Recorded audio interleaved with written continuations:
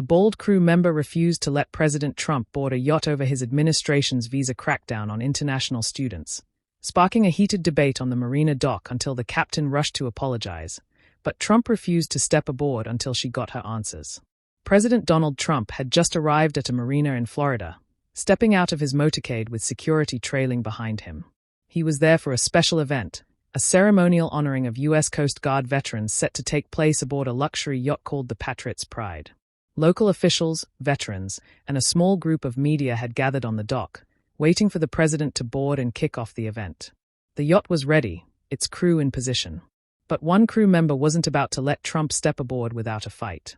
Her name was Zara Kilic, a Turkish immigrant who'd been working in the U.S. legally for years. She stood at the gangway, arms crossed, her white naval uniform crisp as she stared down at Trump. The crowd noticed her stance and started whispering. Trump, approaching the gangway with his team, stopped in his tracks when he saw her blocking the way. "Excuse me. I've got an event to get to," Trump said, his tone firm but curious. Zara didn't budge. "I'm sorry, Mr. President, but I can't let you on this yacht. Not until you hear what I have to say about what your administration is doing to my daughter." Her voice was loud, carrying over the dock, and the crowd went silent, all eyes on her. A few veterans in the back exchanged glances, unsure what was happening. Trump raised an eyebrow, clearly not expecting this. "Your daughter. What's this about? Let's make this quick. I've got people waiting." Zara took a deep breath, her voice steady but filled with emotion. "My daughter, Alif, is a student here in the U.S. She's 20 years old, studying engineering at a university in California. She's worked hard, never broken a single rule, but your administration revoked her visa last month. She's facing deportation now, and she can't even finish her degree. Do you know what that does to a young girl's dreams? Do you know the fear she's living in every day?" Trump crossed his arms, looking at her with a mix of surprise and defensiveness. "Look, I don't know the specifics of your daughter's case, but we've got policies in place for a reason. We can't have people causing trouble on campuses. National security is a big deal. Believe me, if she's got a problem, there's a process for that." Zara shook her head, stepping closer to the edge of the gangway, her voice rising. "A process, Mr. President. There was no process. Elif wasn't even part of any protests. She's just a student trying to get an education. But your policy doesn't care about that. It's targeting innocent kids like her, revoking visas left and right. Over 240 universities have seen students like ALF lose their legal status. And for what? She's not a threat. She's a student. And now she's scared she'll be detained any day. Sent back to Turkey where she has no future." The crowd started murmuring, some nodding in sympathy as Zara's words hit home. A few media members and scribbled notes, sensing a story unfolding. Trump held up a hand, his tone sharp but controlled. "Hold on a second. You're saying your daughter got caught up in this by mistake? That's not how it's supposed to work. My administration is cracking down on troublemakers, not good students. We're keeping America safe. That's the priority." Zara wasn't backing down. "Safe from what, Mr. President? From a 20-year-old girl studying engineering. From kids who just want to learn and build a better life. This isn't about safety. It's about fear. You're making students live in fear. My daughter can't even post on social media anymore. She's terrified your government will use it against her. She's deleting everything, hiding who she is just to stay safe. Is that what America stands for now?" Trump tilted his head, his expression shifting slightly as he processed her words. "I hear what you're saying, but let's be clear. I've got the best people working on these policies. We're not out to get innocent kids. If there's a mistake, we'll fix it. But you can't just block me from an event over this. I'm here to honor our veterans, some of the greatest people, really." Before Zara could respond, a man's voice cut through the tension. "Mr. President, I am so sorry for this." It was Captain Daniel Warwick, the yacht's captain, hurrying down the gangway with a look of panic. He turned to Zara, his tone sharp. "Zara, what are you doing? Step aside right now. This is the President of the United States. We're here to honor veterans, not start a scene." He looked at Trump, his voice apologetic. "Sir, I deeply apologize for her behavior. She doesn't speak for the crew. Please come aboard. We're ready for you." But Trump held up a hand, stopping the captain mid-sentence. No, hold on a minute. I want to hear her out. Let her finish. I'm not stepping on that yacht until she gets her answers." Go ahead, Zara. You've got my attention. The crowd went quiet again, stunned by Trump's response. Captain Warwick froze, unsure what to do as Zara took a step closer, her voice trembling with a mix of frustration and hope. Mr. President, this isn't just about my daughter, Zara continued, her words pouring out. This is about thousands of students like her. I've talked to other parents, students from Hong Kong, the UK, all over the world. They are facing the same thing. They are not criminals. They are not threats, but they are being punished. And it's not just here in the US. My family back in Turkey, they are being harassed by our government because they think Elif is part of some protest movement here. She's not. But they are watching us, threatening us all because of your policy. Do you know what that's like to see your child's future ripped away and then have your own family targeted because of it? Trump listened, his expression softening just a bit, though he kept his tone firm.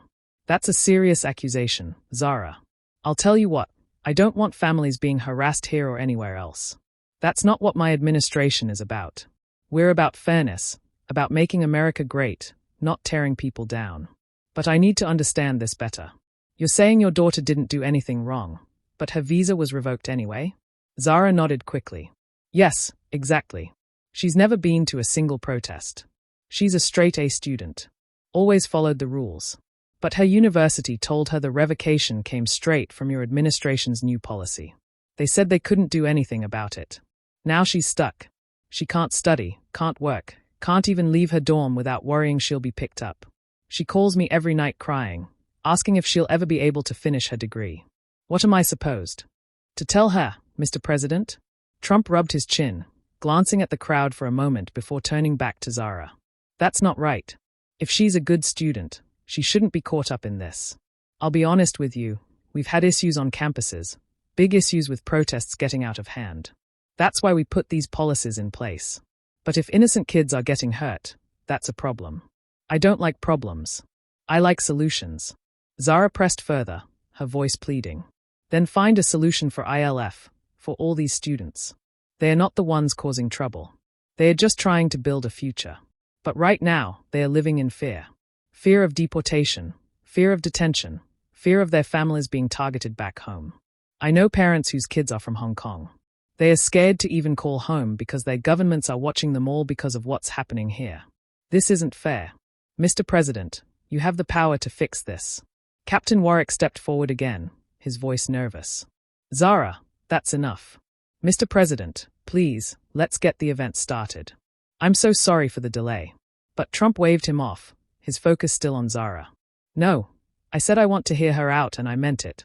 We're not moving until this is settled. He turned back to Zara, his tone more serious now. You're saying this is happening to a lot of students, not just your daughter. Yes, Zara replied, her voice firm. I've heard from other parents. Students from all over are losing their visas. They are not even given a chance to defend themselves. No hearings, no appeals, just a letter saying their status is gone. Some of them can't even go back to their home countries because it's not safe. They are stuck, Mr. President, and they are terrified. Is that what you want for young people who came here to learn? Trump shook his head, his voice taking on that commanding tone he often used in public. No, that's not what I want. I want the best people coming to America, the brightest, the ones who can make a difference. If your daughter is one of them, and it sounds like she is, then we've got a problem here. I don't like problems like this, Zara.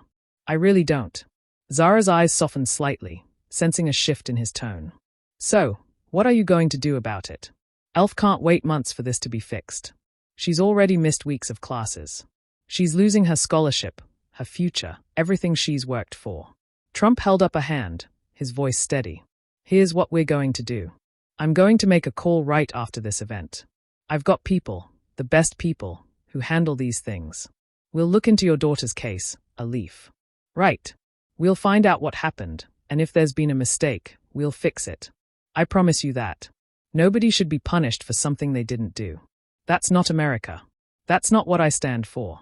Zara blinked, her voice quieter. Now you'll really look into it. You're not just saying this to get on the yacht.